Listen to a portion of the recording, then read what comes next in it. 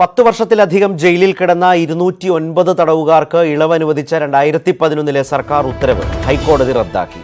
പുറത്തുവിട്ടവരുടെ കാര്യത്തിൽ ഗവർണറും സർക്കാരും 6 മാസത്തിനകം പുനഃപരിശോധന പൂർത്തിയാക്കണം. മാനദണ്ഡങ്ങൾ പാലിച്ചില്ലെങ്കിൽ ശിക്ഷാ കാലയളവ് പൂർത്തിയാക്കേണ്ടി വരുമെന്നും കോടതി ഉത്തരവിട്ടു. ശ്രീനാഥ് ചേരുന്നു വിവരങ്ങളുമായി. ശ്രീനാഥ്, വലിയൊരു തിരിച്ചടിയാണ്. 2011 സർക്കാർ ഉത്തരവാണ് ഹൈക്കോടതി റദ്ദു ചെയ്തത്. പകരം 6 മാസത്തിനകം ആ തീരുമാനം പുനഃപരിശോധിക്കാൻ ആവശ്യപ്പെടുകയും ചെയ്തിരിക്കുന്നു. വിശദാംശങ്ങൾ.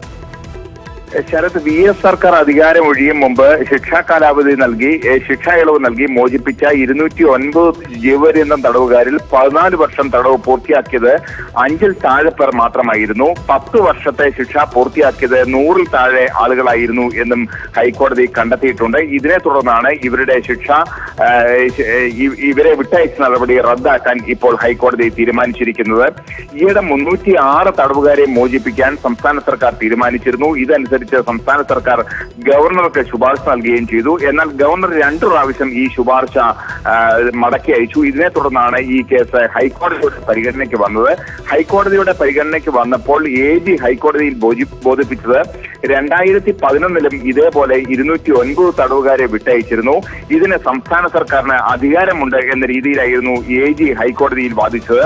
അപ്പോൾ തന്നെ ഹൈക്കോടതി നിർദ്ദേശിച്ചു ഈ 2011 വിട്ടയച്ച 209 പേരുടെ വിശദാംശങ്ങൾ ഹൈക്കോടതിയെ ബോധിപ്പിക്കണം എന്നാവശ്യപ്പെട്ടു. ഇതനുസരിച്ച് ഈ 209 പേരുടെ വിശദാംശങ്ങൾ എടുത്ത് ഹൈക്കോടതി പരിശോധിച്ചപ്പോഴാണ് ഇതിൽ 14 വർഷം, അതായത് ജീവപര്യന്തം തടവ് പൂർത്തിയാക്കിയത്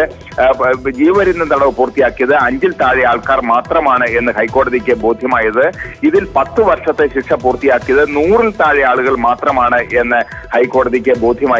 ഇതിനെ തുടർന്നാണ് ഇവരുടെ ശിക്ഷാ കാലാവധി പുനഃപരിശോധിക്കാൻ വീണ്ടും ഇപ്പോൾ ഹൈക്കോടതി ആവശ്യപ്പെട്ടിരിക്കുന്നത്. നേരത്തെ ഇവരെ വിട്ടയച്ച നടപടി ഹൈക്കോടതി റദ്ദാക്കുകയും ചെയ്തിരിക്കുന്നു. ഇവരുടെ പുറത്തിറങ്ങിയവരുടെ ജീവിത നിലവാരവും രീതിയും അവരുടെ ഇപ്പോഴത്തെ സ്വഭാവവും പിന്നീട് ഇവരെ ഏതെങ്കിലും ക്രിമിനൽ കേസുകളിൽ പെട്ടിട്ടുണ്ടോ തുടങ്ങിയ കാര്യങ്ങളൊക്കെ പരിശോധിച്ച് വേണം ഇനി നടപടി എടുക്കേണ്ടത് എന്നും ഹൈക്കോടതി നിർദ്ദേശിച്ചിട്ടുണ്ട്. ഇതിന് ശേഷവും പിന്നീടും മോഷണം അല്ലെങ്കിൽ ക്രിമിനൽ കേസുകൾ അടക്കമുള്ളവയിൽ പെട്ടിട്ടുള്ളവർക്ക് വീണ്ടും ജയിൽ ശിക്ഷ അനുഭവിക്കേണ്ടി വരും. ഏതായാലും ഇപ്പോഴത്തെ ഈ നടപടിയിലൂടെ 36 പേരെ വിട്ടയക്കാനുള്ള സംസ്ഥാന സർക്കാരിന്റെ തീരുമാനവും അവതാളത്തിലായിരിക്കുകയാണ്. ശ്രീനാഥ് മടങ്ങിവരാം. മുൻ ആഭ്യന്തരമന്ത്രി കോൺഗ്രസ് നേതാവ് ശ്രീ തിരുവഞ്ചൂർ രാധാകൃഷ്ണൻ ടെലിഫോൺ ലൈനിൽ ചേർന്നു. തിരുവഞ്ചൂർ രാധാകൃഷ്ണൻ, ഇക്കാര്യത്തിൽ സർക്കാരിന്റെ അധികാരത്തെ വിശദീകരിക്കുന്ന ഘട്ടത്തിലാണ് AG 2011 സമാനമായി തന്നെ 209 തടവുകാർക്ക് ഇളവ് അനുവദിച്ചിട്ടുണ്ട് എന്ന വിവരം കോടതിയുടെ ശ്രദ്ധയിൽപ്പെടുത്തിയത്. അത് കോടതി പ്രത്യേകമായി പരിഗണിക്കുകയും അതടക്കം പുനഃപരിശോധിക്കാൻ ആവശ്യപ്പെടുകയും ചെയ്യുന്ന വിധത്തിലാണ് തടവുകാരുടെ ഇളവുകളിൽ ആ മാനദണ്ഡങ്ങളിൽ വെള്ളം ചേർക്കുന്നു എന്ന തോന്നലോടെ ഒരു പുനഃപരിശോധനാ നിർദ്ദേശം നൽകിയിരിക്കുന്നത്. ശ്രീ തിരുവഞ്ചൂർ രാധാകൃഷ്ണൻ, UDF ഗവൺമെന്റിന്റെ കാലത്ത് നിയമം വിട്ടൊരു കാര്യങ്ങൾ ചെയ്തിട്ടില്ല. പക്ഷെ അതിനകത്ത് വെള്ളം ചേർക്കാൻ തുടങ്ങിയത് ഈ അടുത്ത കാലത്താണ്. അത് TP ചന്ദ്രശേഖരൻ കേസിനകത്തെ പ്രതികളായിട്ടുള്ള പ്രത്യേകിച്ച് കുഞ്ഞനന്തനെ പോലുള്ള ആളുകളെ പുറത്തു വിടണമെന്നുള്ള നിർബന്ധ ബുദ്ധിയോടുകൂടി ഗവൺമെന്റ് എടുത്ത നടപടികളുടെ ഭാഗമാണ്. അവർക്ക് പുറത്തുവിടാൻ കഴിയാത്തത് കൊണ്ട് അവരെ എല്ലാം പരോളിൽ തന്നെ പുറത്ത് സൂക്ഷിച്ച് കൊണ്ടുപോകുന്നതാണ് കോടതി കണ്ടുകൊണ്ടേയിരിക്കുന്നത് എന്നാണ് ഞാൻ അനുമാനിക്കുന്നത്. ഇപ്പൊ വന്നിരിക്കുന്ന പ്രശ്നം ഒന്ന് സ്ത്രീകൾക്കെതിരെയുള്ള കുറ്റം, കുട്ടികൾക്കെതിരെയുള്ള കുറ്റം, കൊലക്കേസിലെ പ്രതികൾ, ഇങ്ങനെയുള്ള ആളുകൾക്ക് എവിടെ ഇളവ് കൊടുത്ത് പുറത്തുവിടാൻ കഴിയില്ല എന്ന് തന്നെയാണ് നിയമത്തിനകത്ത് നിഷ്കർഷിച്ചിട്ടുള്ളത്. ഇവരിപ്പോ അതൊന്ന് നോക്കിയിട്ടുണ്ടോ എന്ന് എനിക്കറിയില്ല. 36 ആളുകളെ പുറത്തുവിടുന്നതിന് വേണ്ടി തീരുമാനിച്ചാൽ ആ 36 ആളുകളിൽ ഓരോ വ്യക്തികളും ചെയ്തിട്ടുള്ള കുറ്റകൃത്യങ്ങൾ ഇന്നത് എന്നതിനെ കുറിച്ച് കൂടി വിശദീകരിക്കേണ്ടി വരും. ആ കുറ്റകൃത്യം നോക്കുമ്പോഴാണ് സ്ത്രീകൾക്കെതിരായിട്ടുള്ള കുറ്റകൃത്യം ചെയ്തിട്ടുണ്ടോ, അതോടൊപ്പം തന്നെ കുട്ടികൾക്കെതിരായിട്ടുള്ള കുറ്റകൃത്യം ചെയ്തിട്ടുണ്ടോ എന്നൊക്കെ അതിന്റെ സെക്കൻഡ് തലത്തിൽ നിന്നുകൊണ്ടുള്ള വിശകലന വരുന്നത്. ഈ ഗവൺമെന്റ് എന്താ ചെയ്തത് എന്നെനിക്കറിയില്ല. ഏതായാലും ഒരു കാര്യം ഉറപ്പാണ്, നിയമവിരുദ്ധമായ നടപടികൾ ചെയ്യുന്നതിന് വേണ്ടിയുള്ള പ്രേരണ ഈ ഗവൺമെന്റിന്റെ ആ തുടക്കം മുതലേ ഉണ്ടായിരുന്നു എന്നുള്ള കാര്യം. അതുകൊണ്ട് കോടതി എങ്ങനെയാണ് ഇതിനെ കണ്ടെത്തിയത് എന്നറിയില്ല. കോടതി വിധി ഞാൻ കേട്ടിട്ടില്ല. ഏതായാലും നിയമപരമായിരുന്നു എങ്കിൽ കോടതി അംഗീകരിക്കുമായി. അത് കോടതി അംഗീകരിക്കാത്തതിന്റെ കാരണം ഇതിനകത്ത് നിയമവിരുദ്ധമായ ഏതെങ്കിലും ആളുകളുടെ പേര് കൂടി ചേർത്തിട്ടുണ്ടാകാൻ സാധ്യതയുണ്ട് എന്നാണ് ഞാൻ കണക്കാക്കുന്നത്. അതായത് ശ്രീ തിരുവഞ്ചൂർ, ഈ തുടർച്ചയായി 2 ഇടതു സർക്കാരുകൾ ഈ തടവ് പുള്ളികൾക്ക് ഇളവ് നൽകുന്നതിന്റെ പേരിൽ വിമർശിക്കപ്പെടുന്ന സാഹചര്യമാണ് ഇപ്പോൾ സൃഷ്ടിക്കപ്പെട്ടിരിക്കുന്നത് എന്നാണോ? അല്ല, നേരത്തെ നമ്മൾ ഗവർണർക്കാണ് ലിസ്റ്റ് കൊടുക്കേണ്ടത്. ക്യാബിനറ്റ് ഡിസൈഡ് ചെയ്ത് പിന്നെ ഗവർണർക്ക് അയക്കും. ഗവർണറുടെ പെർമിഷനോട് കൂടിയാണ് പിന്നീട് മറ്റ് നടപടികളിലേക്ക് പോകേണ്ടത്. ഇപ്പോ ഈ ഗവൺമെന്റ് എന്താ ചെയ്തത് എന്നുള്ളത് വളരെ രഹസ്യത്തിൽ വെച്ചുകൊണ്ടിരിക്കുന്നത് കൊണ്ട് പൊതുജന സമക്ഷ അതൊന്നും വന്നിട്ടേയില്ല. അവിടെയാണ് കോടതി ഇടപെടാൻ കാരണം. കോടതിയിൽ എന്തെങ്കിലും കംപ്ലൈന്റ് ചെയ്തിട്ടുണ്ടാകും. ആ കംപ്ലൈന്റിന്റെ പുറത്തായിരിക്കും കോടതി ഒരു ഒബ്സർവേഷനിൽ എത്തുന്നത്.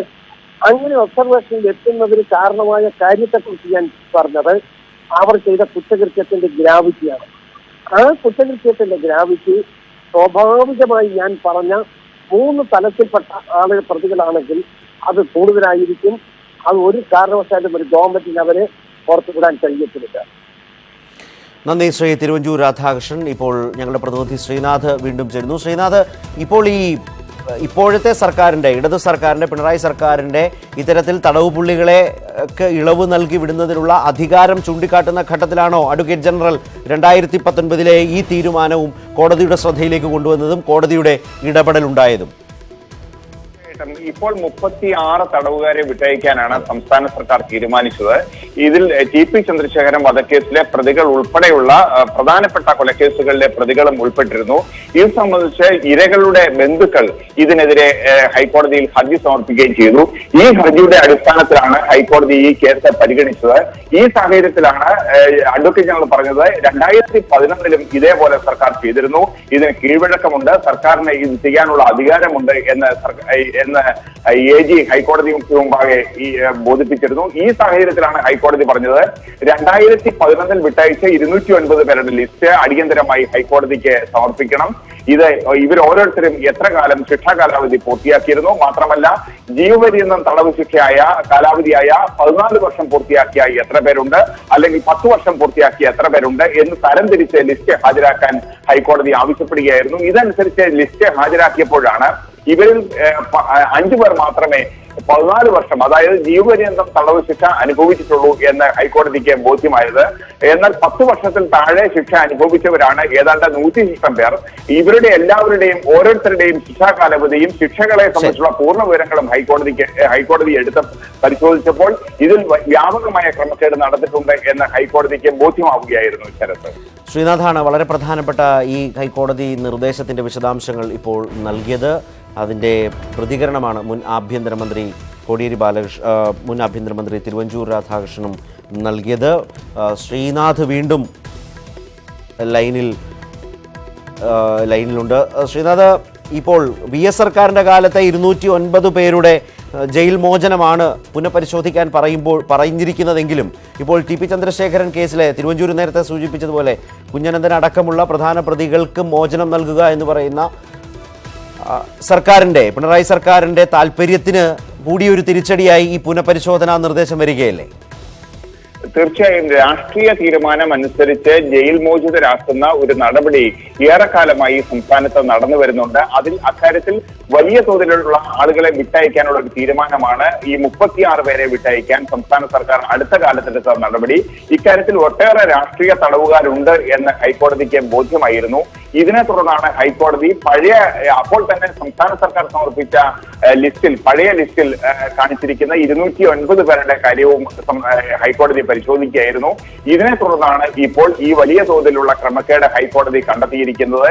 ഈ 209 പേരിൽ ശിക്ഷാ കാലാവധി പൂർത്തിയാക്കാതെ കടന്നുപോയ മുഴുവൻ പേരും രണ്ടാമത് ശിക്ഷ അനുഭവിക്കേണ്ടവരാണ് എന്നുള്ള നിഗമനത്തിലാണ് ഹൈക്കോടതി എത്തിയിരിക്കുന്നത്. എന്നാൽ ഹൈക്കോടതി ഇക്കാര്യത്തിൽ ഒരു മാനദണ്ഡം വെച്ചിട്ടുണ്ട്. അതായത് ഇക്കാര്യത്തിൽ ഇവർ ശിക്ഷാ കാലാവധിക്ക് ശേഷം വിട്ടയച്ച ശേഷം അവരുടെ ജീവിത നിലവാരം എങ്ങനെയാണ്, അവർ ഏത് സാഹചര്യത്തിലാണ് ജീവിക്കുന്നത്, അവർ തുടർന്നും ക്രിമിനൽ കേസുകളിലൊക്കെ പെട്ടിട്ടുണ്ടോ തുടങ്ങിയ കാര്യങ്ങൾ പരിശോധിക്കണം എന്ന് പറഞ്ഞിട്ടുണ്ട്. ഇത്തരത്തിൽ അവരുടെ ജീവിത ശൈലി നേരെയായി ശിക്ഷാ കാലാവധി കൊണ്ട് അവരുടെ ജീവിതം നേരെയാക്കാൻ കഴിഞ്ഞു എങ്കിൽ അവർക്ക് വീണ്ടും ശിക്ഷ അനുഭവിക്കേണ്ടി വരില്ല. മറിച്ചാണെങ്കിൽ, അതായത് അവർ പിന്നീട് ക്രിമിനൽ കേസുകൾ പെടുകയും മറ്റു രീതികളിൽ ജീവിക്കുകയും ആണെങ്കിൽ അവർ കൂടുതൽ ശിക്ഷ അനുഭവിക്കേണ്ടി വരും, അവരുടെ ശിക്ഷാ കാലാവധി പൂർത്തിയാക്കേണ്ടി വരും എന്നാണ് ഹൈക്കോടതി സൂചിപ്പിച്ചിരിക്കുന്നത്. ഇത് സംബന്ധിച്ച് സംസ്ഥാന സർക്കാരും ഗവർണറും ഇതിന്റെ പൂർണ്ണമായ ലിസ്റ്റ് പരിശോധിച്ച് ഹാജരാക്കാൻ ഹൈക്കോടതി നിർദ്ദേശിച്ചിട്ടുണ്ട്. അതായത് ശ്രീനാഥ്, ഇത് സംസ്ഥാന സർക്കാരിന്റെ നിർദ്ദേശത്തോടൊപ്പം തന്നെ ഗവർണറും പ്രത്യേകമായി ഈ മാർഗനിർദ്ദേശങ്ങൾ പ്രകാരം പുനഃപരിശോധന 6 മാസത്തിനകം നടത്തണമെന്നാണോ ഉത്തരവിൽ പറയുന്നത്, നിർദ്ദേശത്തിലുള്ളത്? തീർച്ചയായിട്ടും. കാരണം 2 പ്രാവശ്യം ഗവർണർ ഈ ലിസ്റ്റ് തിരിച്ചയച്ചിരുന്നു. ഗവർണറാണ് യഥാർത്ഥത്തിൽ ഈ തടവ് കുറ്റവാളികളെ വിട്ടയക്കുന്നത് സംബന്ധിച്ചുള്ള ലിസ്റ്റ് അംഗീകരിക്കേണ്ടത്. അതനുസരിച്ച് സംസ്ഥാന സർക്കാർ ഗവർണർക്ക് ലിസ്റ്റ് സമർപ്പിക്കുകയായിരുന്നു. ഈ 36 പേരുടെ ലിസ്റ്റിൽ ക്രമക്കേടുണ്ട് എന്ന് കണ്ടെത്തിയതുകൊണ്ട് തന്നെയാണ് ഗവർണർ 2 പ്രാവശ്യം ഈ ലിസ്റ്റ് തിരിച്ചയച്ചത്. അതിൽ പൂർണ്ണമായ ശിക്ഷാ കാലാവധി പൂർത്തിയാക്കാത്തവരാണ്, മാത്രമല്ല ഗുരുതരമായ കുറ്റകൃത്യങ്ങളിൽ ഏർപ്പെട്ടവരാണ് ഇവർ എന്നും ഗവർണർ കണ്ടെത്തിയിരുന്നു. ഇത്തരത്തിൽ ഗവർണർ കൂടി പങ്കാളിയായി, ഗവർണർ കൂടി സംയുക്തമായി പരിശോധിച്ച് അംഗീകരിക്കുന്ന ലിസ്റ്റിൽ മാത്രമേ ഇനി ഈ തടവ് കുറ്റവാളികളെ വിട്ടയക്കാൻ കഴിയൂ എന്നാണ് ഇപ്പോൾ ഹൈക്കോടതി നൽകിയിരിക്കുന്ന നിർദ്ദേശം. അതനുസരിച്ച് കൃത്യമായ മാനദണ്ഡം സർക്കാരിന് കൂടുതൽ ബുദ്ധിമുട്ടുണ്ടാക്കുന്നതല്ലേ?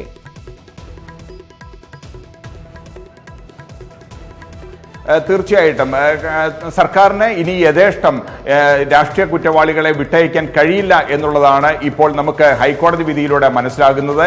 യഥാർത്ഥ മാനദണ്ഡങ്ങൾ പാലിച്ചു മാത്രമേ ഇത്തരത്തിൽ കുറ്റവാളികളെ വിട്ടയക്കാൻ കഴിയൂ എന്നാണ് ഇപ്പോൾ വ്യക്തമാകുന്നത്. കാരണം കഴിഞ്ഞ കാലങ്ങളിലൊക്കെ തന്നെ ഇങ്ങനെ വിട്ടയച്ച കുറ്റവാളികൾ പിന്നീട് ക്രിമിനൽ കേസുകളിലൊക്കെ പെടുകയും വലിയ തോതിൽ സംസ്ഥാനത്തിന് അല്ലെങ്കിൽ വലിയ തോതിൽ സമൂഹത്തിന് ബാധ്യതയായി തീരുന്ന സാഹചര്യവും ഉണ്ടായിട്ടുണ്ട്. ഈ ഒരു സാഹചര്യങ്ങളൊക്കെ വിലയിരുത്തിക്കൊണ്ടാണ് ഹൈക്കോടതി ഇപ്പോൾ ഈ നിഗമനത്തിലെത്തിയിരിക്കുന്നത്. ശ്രീനാഥാണ് വിവരങ്ങൾ നൽകിയിട്ടുള്ളത്. സംസ്ഥാന സർക്കാരിന് വേണ്ടി ഹാജരായ അഡ്വക്കേറ്റ് ജനറൽ മുന്നോട്ട് വെച്ച വാദങ്ങളാകെ തള്ളിക്കൊണ്ടാണ് കേരള ഹൈക്കോടതി ഈ നിർദ്ദേശം നൽകിയിട്ടുള്ളത്. 2011 ജയിലിൽ നിന്ന് 209ഓളം പേർക്ക് മോചനം ഇളവ് അനുവദിച്ച സർക്കാർ തീരുമാനം, VS സർക്കാരിൻ്റെ കാലത്ത് ആഭ്യന്തരമന്ത്രിയായി കോടിയേരി ബാലകൃഷ്ണൻ ഇരിക്കെ എടുത്ത ആ തീരുമാനമാണിപ്പോൾ പുനഃപരിശോധിക്കാൻ ഹൈക്കോടതി നിർദ്ദേശിച്ചിരിക്കുന്നത്. അതിൽ 5-ൽ താഴെ തടവുകാർ മാത്രമാണ് 14 വർഷം പൂർത്തിയാക്കിയത്. വളരെ ശ്രദ്ധേയമായ മാർഗനിർദ്ദേശങ്ങളും പുനഃപരിശോധനയ്ക്കായി കോടതി അറിയിച്ചിട്ടുണ്ട്. അവരുടെ തുടർന്നുള്ള ജീവിതം, അവർ ക്രിമിനൽ സ്വഭാവങ്ങളിൽ നിന്ന് മോചിതരായ ജീവിതം നയിക്കുന്നുണ്ടോ എന്നതുപോലെയുള്ള കാര്യങ്ങൾ പരിശോധിക്കണം.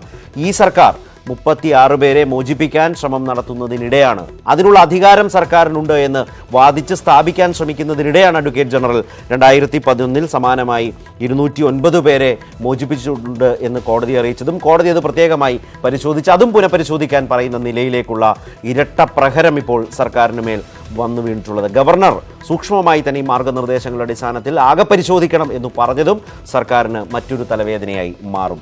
രാഷ്ട്രീയ തടവുകാരെ യഥേഷ്ടം വിട്ടയക്കാനുള്ള സർക്കാരുകളുടെ താല്പര്യങ്ങൾക്ക് മേൽ ഒരു ഇടപെടലായി കേരള ഹൈക്കോടതിയുടെ ഈ നിർദ്ദേശം മാറുകയാണ്.